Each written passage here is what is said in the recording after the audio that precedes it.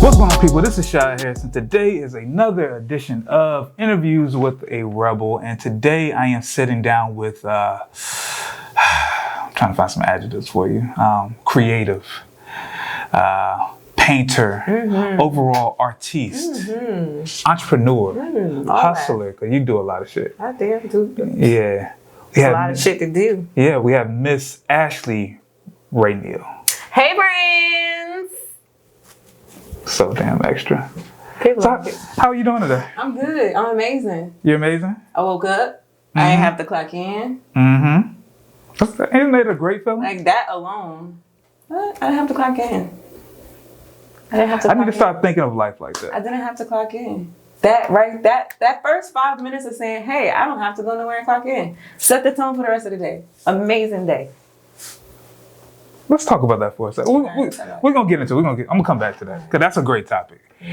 So for the people that don't know you, who are you and what do you do in your words? All right. So I am Ashley Raeneil, creative director. I call myself a visionary. Okay. A visionary because it's not just painting. It's not just creating. It's not just, it's vision. Vision? It's a fucking amalgamation of visions. You hear me? So I could redo your goddamn house. Yeah, interior decorator now. I could do anything. Anything that involves a vision. Can you build a car? I could come up with a bomb ass car concept that ain't been out yet. Bet on that. Because that is what people don't understand. Art has been around longer than anything. Art is the one thing. Like, think about it. Any type of imagery you have that predates like photography is all art. It's etched in your brain. Sculptures and all that stuff. Jesus is a painting. The image you have of Jesus is nothing more than a piece of art. I agree with that.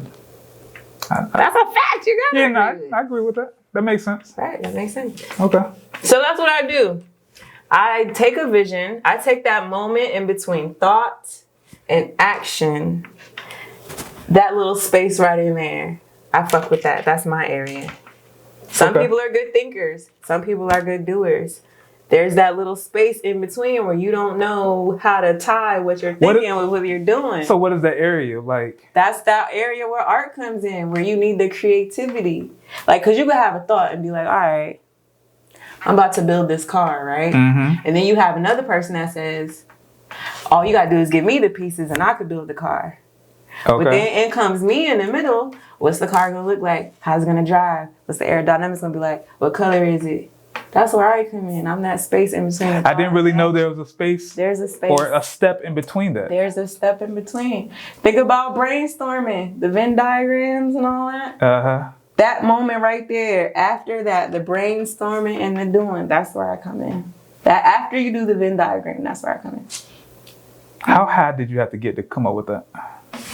I mean, high shit really produces really great thoughts, I feel. The higher you are, the deeper you can think. Debate me about it. I thank you. Yeah. Okay. So we're about to have an icebreaker question for you. So if your life was a movie, right? If it was Raeneil, what would be the 3 to 5 songs that will be on your playlist? Like in the soundtrack? On your soundtrack, yeah. Definitely Pass the Peas by James Brown, because that's going to be the intro song. Really? Hell yeah. Have you heard it? No, the only Pass the Peas, like... I just know the one that was on Martin. No, that would be the intro song because that sets the tone for the rest of the whole shit. Okay. That's the intro song. It'd probably be a little bit of... I'm Your Pusher Man by Curtis Mayfield. Okay. So real like 70s vibe. Right. Real 70s, real like, fur coat, glasses, chest hair out type vibe. Yeah, bell bottom. Exactly. Fish in the shit. Fish in the shoes and shit. It would be, let's see. It would be Vibe in there by Cookie Kawhi. I've never heard that before. It's one of them Baltimore, New Jersey, like... It's like a club, type maybe? Shit. Hell yeah, because I know it's going to be a dance scene in there where I'm dancing. So that's got to be the song I'm dancing to.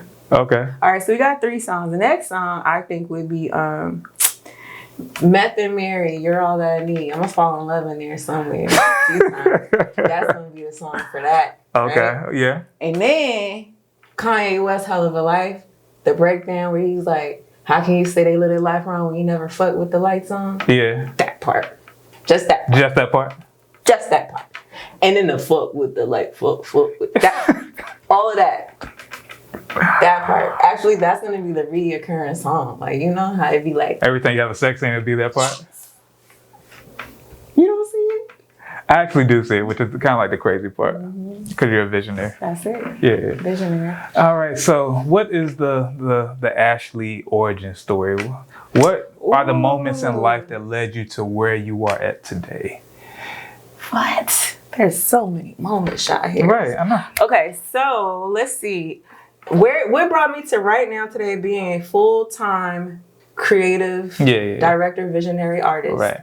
And don't try to speed through it. Like, we can flesh it out a little bit. So, let's see how far back I gotta reverse it. We're gonna go back to 2008. Oh, that's not that far back. It's only like 12 years. That's what started it. Okay, go ahead. 2008, right?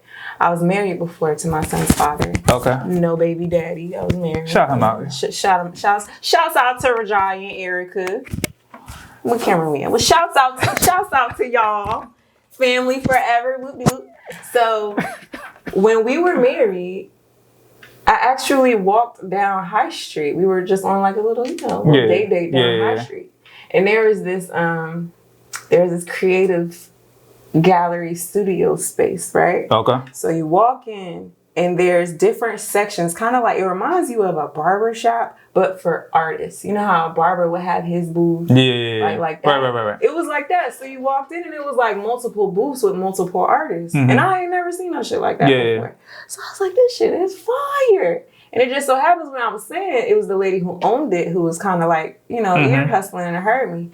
And then she went from that and just told me all about it. She's like, we got scriptures under the floor. God is art, and all that. And I was like, damn, you really feel this shit.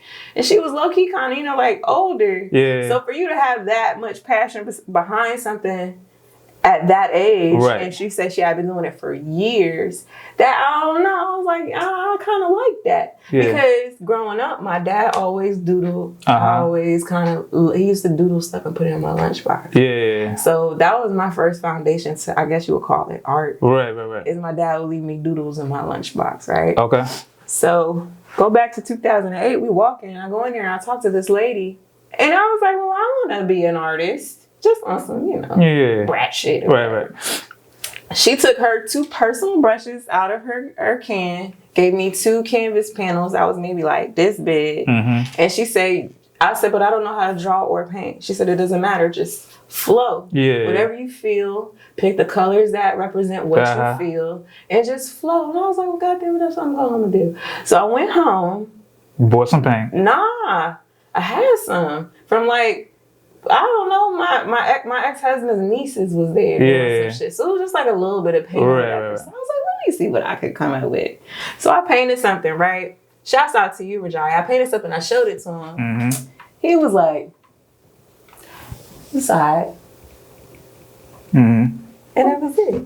So I tossed that shit on the side of the bed, never to be heard from again. Flash forward to 2014. So matter of fact, before you flash back. Okay, all right. So what type of person were you before that though? Ooh, before that, I was real emotional. Really? Yeah, a lot of mom issues, dad issues. I feel like when you have deep-rooted issues with your parents, it causes your expressions to go one of 2 ways. Either you're overly expressive with the world, or recluse. You kind of. That's the one right there. So that's who I was. I grew up not really having an outlet per se of expression. Okay. But I had a lot of shit to express. Right. So that's the type of person I was. It was more so just a lot of stuff was on the inside. I was implosive. I would like just let you drip water on my head until I was over it. And then you was like, well, where did that come from? Right. I had, like, all right, I'm chill. And then it's, you know what I mean? Yeah. So that was me. It was a lot of just, I wasn't going through therapy and I wasn't expressing myself. So there's a lot of emotions that are just festering Okay. Years. Okay. On years. So that's the type of person I was before that. I still was, chill and Yeah. I think I like to consider it as I don't know how to say this, but you know how like some people are in middle school and they get bullied or whatever. So they have to develop a personality that sticks out to overshadow whatever their defects may be that they Hold on. All right, so you said people that are bullied like in middle school. Right. And to stand out, they have to come up with their own personality? They have to fine-tune their personality. Definitely. If you're fat, you got acne. I get it. So like you fat, you become like the funny guy or whatever like that. Exactly. Yeah. Gotcha. So I got bullies that had wild acne. Like they used to call me strawberry and some more shit. It was that bad. So, and then on top of that, I was dealing with being bullied at home and then went home. At school and then went home. And kind of low-key dealt with the same shit from my stepdad. Yeah. So I was very like always in my room. I never wanted to be a part of shit. My sister was 3. I was a teenager. Yeah. So she's more malleable to the situation. Me, I'm like, who the fuck are you? Exactly. Yeah. You know what I'm saying? So did that make you more like introverted? Because you're not really talking about it. Yeah, because when I would try to express something that was going on at home that I didn't really like, it was don't tell our business, which I think is very prominent in the Black community. Most definitely. Which I think that leads to a lot of problems. That leads to so much shit, and I can see it in all of the adults now that are our age. There's a lot of shit you didn't talk about as a kid. Yeah. Oh, you weren't allowed to talk about the shit that was bothering you. Me, I think once I got a certain age, the give a fuck on meter got broke. Because I didn't care anymore. Yeah. I have a story to tell and I want to get through some shit, so I'm going to just start talking. Okay, so what made you decide, and this conversation going all over the place. I was telling you about yeah. But I feel like it leads up to that. Yeah. So what happens, and if we're going too deep, please let me. I'll say pineapple. Yeah. I like shenanigans is my safe word. Okay. So yeah. So what happened that made you feel like, fuck it, I'm gonna start just kind of doing what I want to do? Because I feel like I had that same moment for a while too. I don't know the exact shifting moment. I just remember it being consistent failures, and the more and more I started to feel alone. And I had friends. Yeah. You know what I mean? I had guys. Right. Had girls. But you can be in a room full of people and still be alone. Yeah. So I felt like, nobody understands me. That started to be very saturated. Yeah. I started to feel like that a lot. Then that turned into me just not wanting to do nothing. Then that turned into I started to see a depression. I wasn't good in relationships. I was always angry.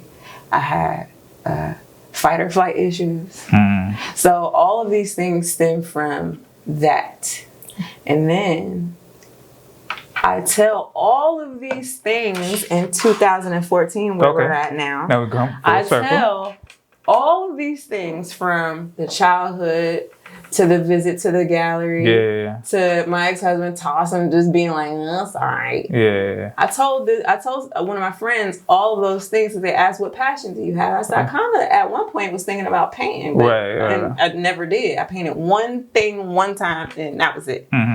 Like I'll try something and if I don't fuck with it, I'll quit. Yeah. So this friend of mine was so damn dope. They went and bought me an art set for Christmas. Oh, really? Like a full, not no little ass, no, like a full blown, like it was easel a suitcase.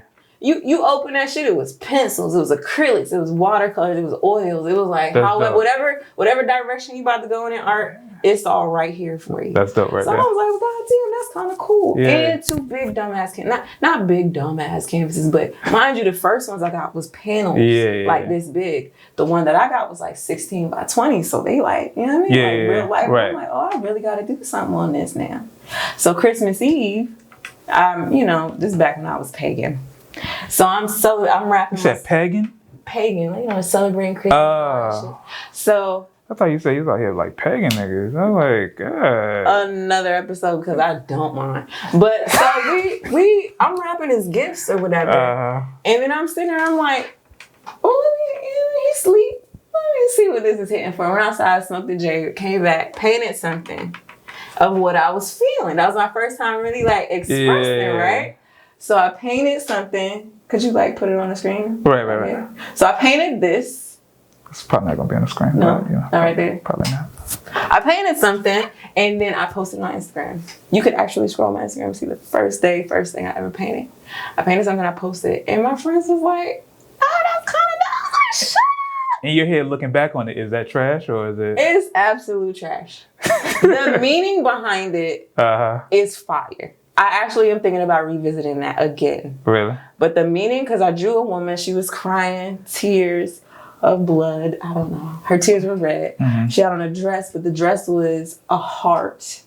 And in the middle, it was the break of the heart. So it was like, right? And then she had big hair, but in her hair was like all of women's stresses, like motherhood. Sex and That sounds like a dope concept. And it was. So I was like, well, shit, I might be onto something, right? Not even 2 days later, somebody else hit me up like, hey, can you pay me? So I was like, get the fuck out of here, you lying. He was like, yeah. So I was like, well, shit. Kurt Franklin Melodies from Heaven was playing. Melodies from Heaven. Literally, it was playing. So I was like, well, what am I going to draw? Melodies from Heaven. Kurt Franklin. I Believe I Can Fly. Typically. Stomp. The 2 to 3 days before a woman's cycle, she has a disgusting horny surge. You hear me? She will rip up tables from a restaurant if it was standing in the way of some dingling. You hear me? Right. Ask about it. The 2 to 3 days before period, it's a disgusting surge. So I was in that little window, and I wanted to paint something, so I painted a naked woman. Melodies from Heaven was on.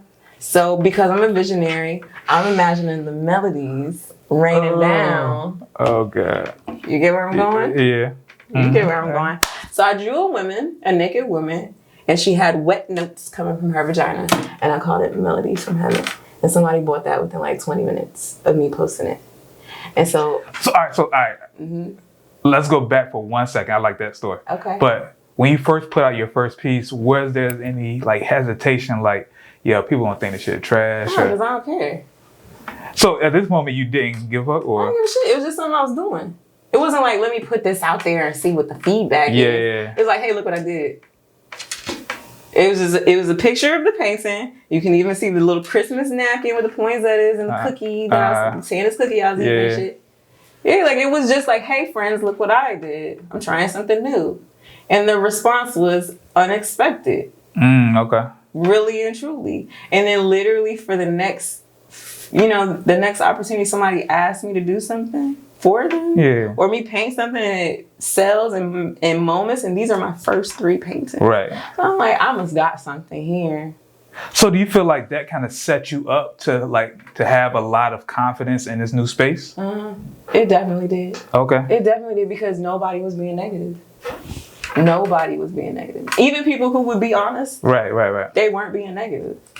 It was either, and looking back, I'm like, this was really trash. But I'm saying it's trash compared to what I'm doing now. Right. Back then, it probably not. You thought it was hot? I thought it was hot, and they thought it was hot because people was buying it. Right. You know what I'm saying? So it turned into just like, let me just go and keep going. Okay. And friends who were close would just be like, hey, I got you some canvas. You know, divine interactions and all, God be doing all that shit. So did you feel like you were on the right path? Like, this is exactly what I want to do in my life? So what moment made you feel like, all right, this is what I want to do in my life? When I would have to call out of work to fulfill orders. Really? Yeah. Like, I can't come in today. Like, I'm going to do this. And that started to be closer and closer apart. And then that turned into, I'm bringing mirrors and shit to work with me, working on them in the break room. So somebody at my job said, why are you here? literally, I was like, why am I here? Like, you're right. It's crazy that I feel like anybody that's moving closer to their passion, you always get that notification from somebody, not notification, but somebody usually will say like, yo, why are you even here? They'll solidify everything that you thought. Yeah, and it made you think like why am I? That was the moment. That was the exact moment. I was like, well, then why am I here? Seriously? And she's like, why? She said, I don't get it. She said, you called out to do work. She said, clearly it's making you money to where you feel like calling out is essential. Yeah. She said, and then when you're here, you're in between patients, you're still doing work. Right. So she said, if you take these 8 hours that you're here and give it back to yourself, why are you here? 3 months later, I quit my job. 3 months later. March 31st, 2018 was the last time I ever clocked in for anybody. Really? Anybody. Okay, so let's talk about that. Because you said it before that, you know, any day is a great day as long as you don't have to clock in. Mm-hmm. Why do you feel that way? I feel the exact same way, but why do you feel that way? Man, because when you gotta clock in, that is you giving a large ass chunk of your life to somebody else's dreams. You're right about that. And I don't fuck with that. I completely get it. I don't fuck with that shit. You want me to give... I'm not good at math at all. Yeah. And I don't care about it. It's okay, I paint. But if you take 8 times, 5 times... 40 times... 52. That's all time you're giving away. Yeah. And yes, you exchange for it. You take your energy and it produces currency. Right, you feel me? Like, I get it. But it's not the same. You're getting the bare minimum. Yeah. When the owner is making... You pretty much are forced to give up on your hopes and dreams for somebody else to fuel somebody else's hopes and dreams. And I feel like that's what this whole system is designed for. You go to school, you go to college to learn to work for somebody else. Yeah. Whereas I went to college and I had a full-time job doing something for somebody else, but that didn't make me happy. You don't know how many people say, I hate my job, but I love my pay. Like, come on. Your job is a big chunk of your life. But what do you say to the people, like some people don't have dreams or they gave up on their dreams? That actually pisses me off. It does? To me, it did. I felt the same way, but then I realized that not everybody can work for themselves because this shit isn't easy. If they want to, they could. It's just about what you want. Some people want the security of I can do the bare minimum at work and I get paid a decent salary every 2 weeks. That's them not wanting to work for themselves. That's them that's them feeling safe. Right. A lot of people want to just be safe as opposed to like, there's a lot of uncertainty that comes with this life that we live. The people you work for want safe. Why you gotta be safe? But not everybody's built the same way though, right? Not. Damn sure. Right. So some people are cool with, I'm going to give up on the little idea of happiness that I have, you know, in the back of my head. Yeah, but why? Why are y'all doing that? Why? Who's around telling people like, hey, this is the safest option? Man, let me tell y'all something, okay? I was in jail last year. The first whole quarter of that shit. I lost my apartment. I lost my car. I lost my son temporarily. I lost everything. Yeah. A year later, I'm doing an interview about being an entrepreneur. Let's be serious. There's nothing stopping you but you. Yeah, a lot of people. There's nothing stopping you but you. So why do you think that being safe is the best option? A lot of people stop themselves though. That's what pisses me off. Why? And then they complain. Oh, that's my only thing. I'm cool with people who want to work a job because it's secure. I hate people that do that and complain. That's my issue. Work your job if that's your shit. Yeah. If that's your shit, do that shit. Right. Even if you hate your job, but you love the pay, you love the time that you can spend with your people. Do that shit. Do that. But once you start complaining, that's what pisses me off. Shut up. Because that's what you want to do. Yeah, because you can fix that shit. You can. Yeah. You can. But you know what, though? In their defense, I think a lot of people struggle with that. What? The jump is the hardest part. The jump. So let's talk about your jump for a second. So some people have to be pushed out. Like with me, I told this story a lot, but I was working my job for 8 years. I was like, you know what? I'm gonna just get another job that makes a little bit more money. they reneged on my offer after I'd already put my 2 weeks notice in. So I'm not a person who likes to go back and be like, you know what, just kidding, I'm back. So you So I like, fuck it, I'm out. Fuck everybody. Yeah. So what was your jump? My jump was divine. Yeah. I feel like, okay, so Pete, right? Maybe 10, 11 years ago when me and my ex-husband first broke up, I asked, and I was super hardcore Christian. I'm not anymore. Yeah. I'm spiritual now. But back then, I was kind of transitioning from being Christian to spiritual. And so the first step was, hey, God, creator, sir, ma'am, whatever I'm supposed to be doing, I don't want to do nothing else but that. Yeah. Literally. So if you got to put people in my path, that used to be my daily prayer. Let today be divine.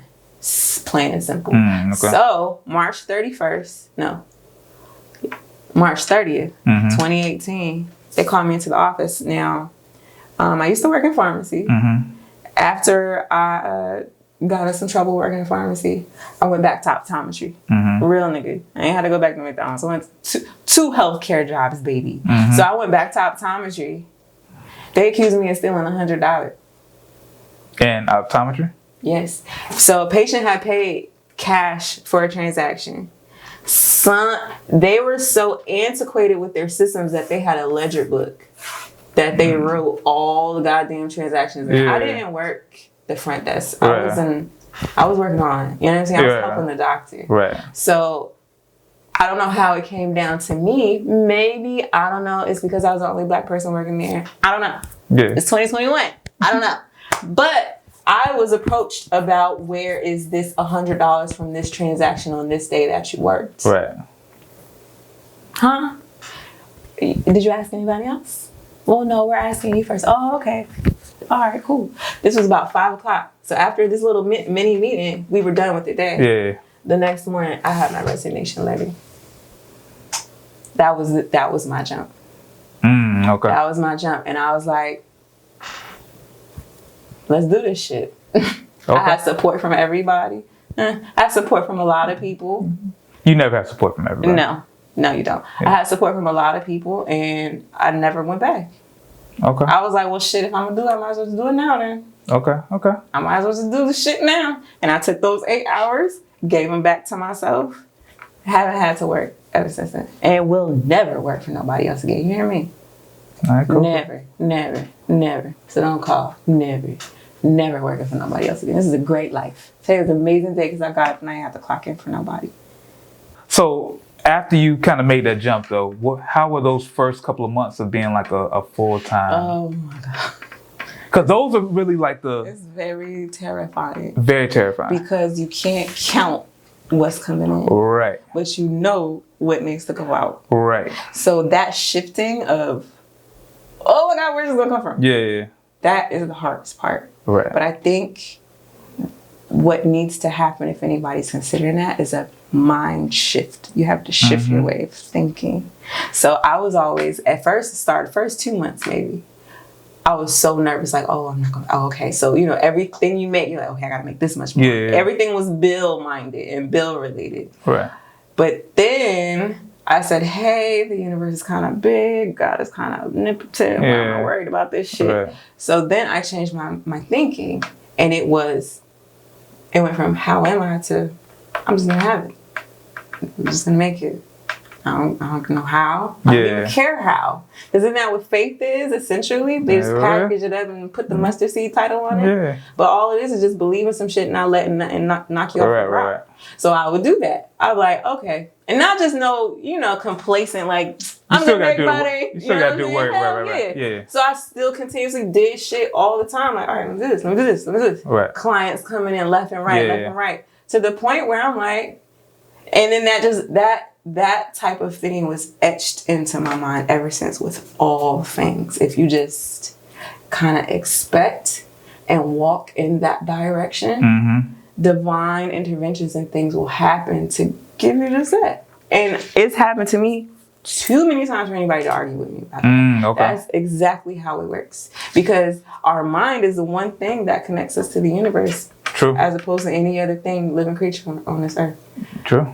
Our mind, not a dog's mind, not a raccoon's mind, but our mind is the one connection we have to the universe. So you have to tap into that in order to tap into that to make all the shit work.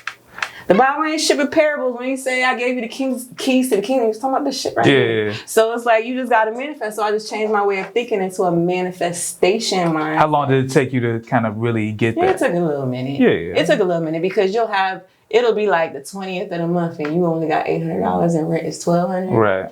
And to still be like, I'ma make it. You know what I'm saying? That shit can get crazy. Yeah. But then when the first of the month, that morning, somebody buys a $1,000 painting. Right. You don't really question it no more. Right.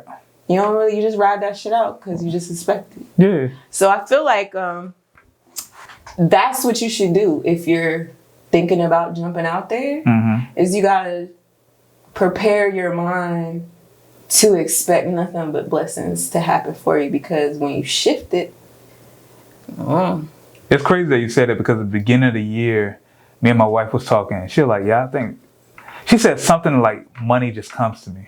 I'm like, And so once she said that, it just kind of triggered something in my head, like, I feel that same way, like money just automatically like appears in my lap, like money comes to me.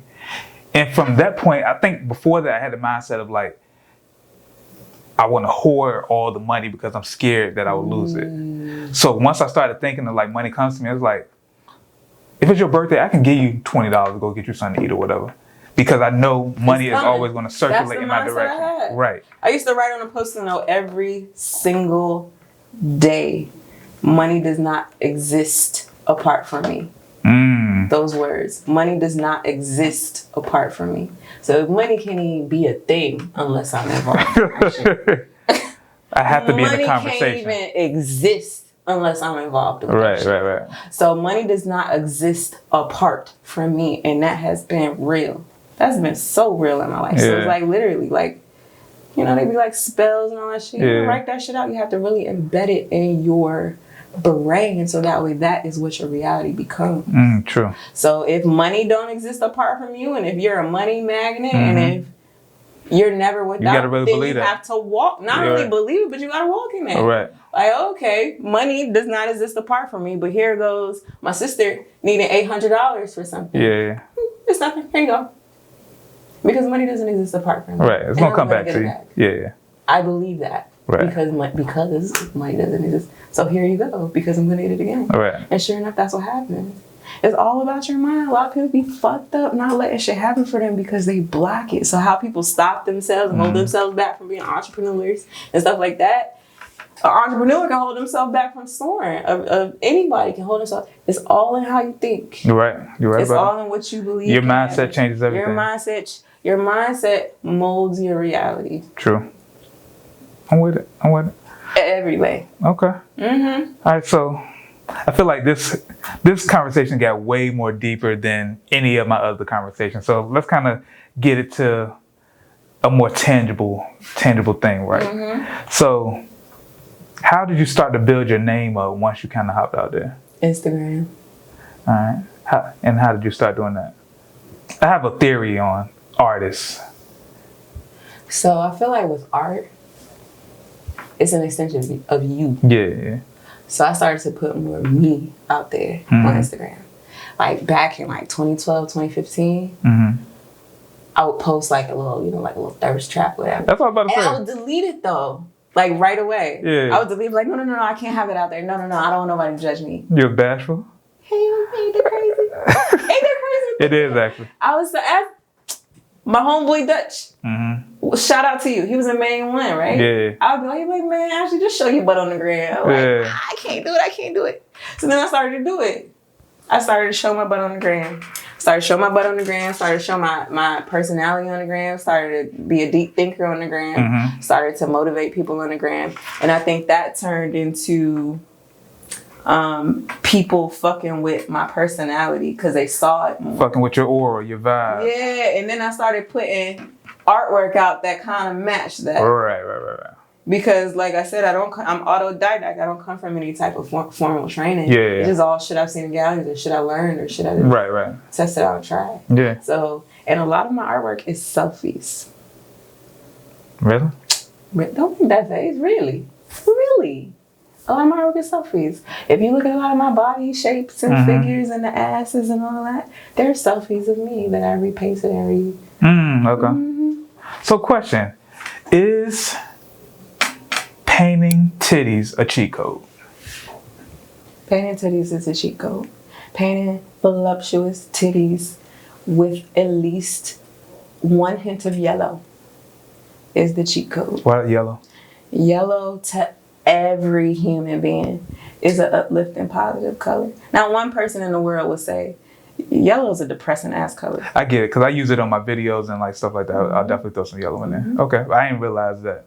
That's how deep I am in art. I know, like, if somebody asks you what color represents anger, it's you red. may say red, but then somebody else may say what color represents love. You're probably gonna say red as well. Yeah, it's passion. So, or else if you say what color represents jealousy, what color represents sadness. Yeah. We have colors for every single feeling. So there's actually color definition. I used to do a lot of branding, so you gotta, right in branding. Yeah, you got to color understand. matters. Right. Yeah. So when I do certain types of painting, depending on what the painting is, I'm picking colors to play off of what the painting is to evoke all types of emotions. Side note: the title for this for Rashad that's editing right now is "Titties Are the Cheat Code." Titties are the cheat code. Okay, continue. Take one. So, all right. So you said like, painting titties, painting and having yellow in it is the cheat code. Painted titties. And why do you feel that way? I feel that way because we live in a world full of sex. Yeah. And I feel that way because if you think about the art reformation of like the 16, 17, 1500s, there's a lot of titties. That was the art reformation. People started painting naked titties and cherubs and all that shit. It was white. Right. But it was a lot of nudity in art and during the art reformation, the Western art reformation period. So I'm just trying to start a new one, but with black titties. But as we talked about before, you only paint one set of titties. You don't really do like the cat titties. I mean, that's only because visually I have one set of titties in my mind. Oh. I don't have a plethora of titties You in my memory bank. The double G's. The little if y'all 32 A's. Somebody's got to send me a picture of some G units if you want me to draw them or whatever. The G units. Little A cuts. Yeah. How do you even paint an A cut? Like, you got like a little just a light little. A little shadow, like a little hint of shadow. Everybody got time for that. A little hint. My brushes are too big. Shout out to the little titty committee because they hold it down. Usually they got the fatter asses. So I'm proud of them. Right. However, I mean, you're not doing it. I'm not doing that. Okay. Okay. But I love y'all. I'm just not doing it. Okay, I get it. I need TNA. Tits and ass. All right. So I had another question. Let me pull this up real quick. I've been kind of flowing this whole time. Okay. This is actually a good question, right? Okay, I'm ready. I thought about it on the drive here. How do you stay? I feel like you're very free flowing. You're a very free person. How do you consistently stay free in a world that tries to box you in? That is a good question. Hey, that's what I'm here for, Oh, that's a good question. In a world that tries to box you in, how do you stay free? Yeah. I stay free because number one, the world will try to tell you who you are. I know who I am. The good and the bad. So the world. Tell me one bad thing about you. I procrastinate like a bitch. You hear me? Yeah. Outside of that, because I feel like that's a given. It's not a given now. You the only one that's a given to. They don't know that. Oh, that's true. Tell me it's a given. I procrastinate very bad. Yeah. Like really bad. And you doubt that you'll be great. I doubt. You can't say that because I'm sitting here telling everybody to change their mind and you're going to say, and you doubt. I don't doubt myself. I just doubt my capabilities with the audio-visual world. Same thing, man. Put that bookmark in there. Tomato. Semantics. Yeah. So I keep myself free because I know who I am. I love who I am. And that's that. I know who I am. So nobody can come and be like, hey, you, I'm like, yeah, okay, I know. I still love myself, so what's next? All right, so how would you describe yourself if you had to, in three different things? How would you describe yourself? 3 different things? Not three different things, but 3. You want to say words? Fuck yeah. 3 words? What are 3 words to describe who you are? 3 words to describe who I am. Can't stand your ass. Gregarious. What does that mean? That means vivacious. Okay. Gregarious. It's like flirty without the flirty. Does that make sense? Like the, oh, hey, but no flirtation intent behind it. That's gregarious. Okay. Vivacious is more lively. Gregarious is like, I'm friends with everybody I meet, but I'm not trying to flirt with you. Okay. That's gregarious. So there is a strong line between. There's a very thin line between gregarious and flirtation. Yeah. And sometimes I teeter that bitch. Yeah. But that's because I can. Right. So, gregarious is number 1. Gregarious. You put it on the screen? I'm put it on the screen. Number 2 is liberated. Okay. Number 3 is chosen. Those 3 words will describe me. Gregarious, liberated, and chosen. Gregarious, liberated, chosen. Ashley Raeneil. Gregarious because, hey y'all, that's me. Liberated because I don't give a fuck.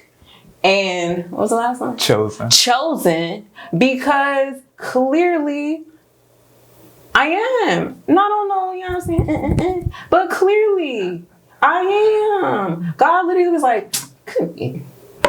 With your big head ass. Take this paintbrush and go out there and be somebody. You laugh because you know that no matter how hard. Yeah, I be procrastinating. I don't feel like doing shit. I don't feel like talking. I don't feel like going nowhere. I be in the house. I paint when I feel like it. I be backlog orders from like 7-8 months ago. Don't tell people that. Let's take that part Yeah, we're out. going to take that part out. I did it already. Oh, okay. I'm just saying you do Okay. it sometimes. I'm not like that. Don't worry. Yeah. I'm not like that. Continue. But all those things, I like, and I'm still successful in whatever's you know. Like if I really went hard, what? I'll be that motherfucker. So let's talk about this because this is a conversation that we've had before. Mm-hmm. So why don't you be like, you know what? If I did these particular things, I would be dominant. Because not even just be successful, you would be dominant. I say the same response every time because I'm lazy. You'll be like Jordan in the 90s, like dominant. I probably would be. I know. So why don't you be like, you know what? I'll just go 6 months, go hard for 6 months and kill these. Because I don't want to kill them with this one. I'm a lazy individual, Shaw Harris. I see that. I'm lazy. I get up. My day is amazing because I don't clock in because I'm lazy. I don't want to clock in and go to work because I'm lazy. I procrastinate because I'm lazy. That should have been your 4th word right here. Lazy. Lazy. Can you go back? Yeah. All right. The 4 words are gregarious, liberated, chosen, lazy. Can you blow the wind out? I like that. You blew it off. Yeah, I got you. Okay. Gonna make a little like dust or something like that. Yeah, lazy. Yeah. Okay. I mean, I really, I want to. I want to go hard for 6 months. Hey, the want is there. Mm-hmm. It's just, you know what? I am gonna go hard for 6 months. Starting next month. Watch. I got a lot of stuff coming up, so I don't have a choice at this point. I have a gallery now. I can't. We should make a bet on this. We should make a bet. I want to do the same thing. I'm not hitting my full capabilities. Okay, so we're gonna accountability partner it up then. Yeah. All right. What's the bet? I don't know yet. I haven't thought All about right. it. I have a child on the way, so it can't be monetary. But yeah. I mean, you could, record some shit for me that you didn't want to record. Okay. Okay. But what? All right. So what do I get? I don't know. I could do monetary. If I don't go hard for 6 months, I'll give you $100. Okay, $100. If you don't go hard for 6 months, you have to record the content that you don't want to record that I want you to record. One piece. One piece. Okay. That you don't want to record that I want you to record. Documentary style. Your favorite. My man. Okay. All right. How hard are you? What do you? We gotta put parameters. We're gonna do that off camera. We gotta put parameters on what this go hard look like. All right. Some actionable goals. All right. All right. If y'all see me blasting him on Instagram, no, he ain't doing a shit. I'm gonna be on my shit. All right. I might not be on my shit, but I'm gonna get on it. I know. I want to be on my shit. All right, we're gonna make this happen. So I feel like I didn't hit like none of my real questions. No? None of my main questions. You know I be talking. So we're gonna speed round through all these other questions that I normally do. All right. What do you feel like is your superpower? I got cheetah-like reflexes. If this were to roll and fall off the table and I was giving you eye contact, that's a superpower in real life. Okay. Like DC Marvel superpowers. I see. What has been your biggest leap of faith moment in your life? Ooh. These are normally like my deep questions, but I'm trying to hit you with them quick because we already went deep. Biggest leap of faith moment was driving to New York for Afropunk with mirrors, not as a vendor, just on some. Yeah. And I pulled up and I posted up some mirrors at the entrance, and Spike Lee stopped by and was fucking with my shit. And I feel like the things that he said to me after seeing my work is kind of what was like. That's what you needed. That's what I needed. And I think the leap of faith took, like, it was me going up there, setting up my, like, I wouldn't have did, I wouldn't do that shit now. Yeah. But I was like, this is Afropunk. You know what I mean? Yeah. Like, there's going to be so many of my type of clientele going past. So fuck it. So I just literally put like 4 mirrors in my car, drove up there by myself, and just posted up at the gate. Mirrors leaned up against. And that was some faith shit because... Yeah, nobody would have did that. Nobody would have did that. All right. So what is something that you learned from a negative client or customer experience? Communication. Okay. I learned, number 1, take deposits for all of your work. Yeah. Number 2, I learned communicate no matter what, even if they're wrong. Still communicate. Still hold your brand down. Okay. Because people will be wrong and I'll get an Aries about it. I'm like, well, first of all, bitch. But you can't do that. You can't do that. You can't do that. You can't blast your customers. You cannot blast your customers unless you don't want them. Yeah. But even if you don't want them, you shouldn't blast them because other customers or clients will see that and be like, hey, I don't really want to. But if them other customers knew that motherfucker, they might understand. True that, but it don't really work out that way. But it don't work like that. Yeah. So that is something that I learned a lot about, just customer service. Right. Because I never was in customer service. I was in healthcare.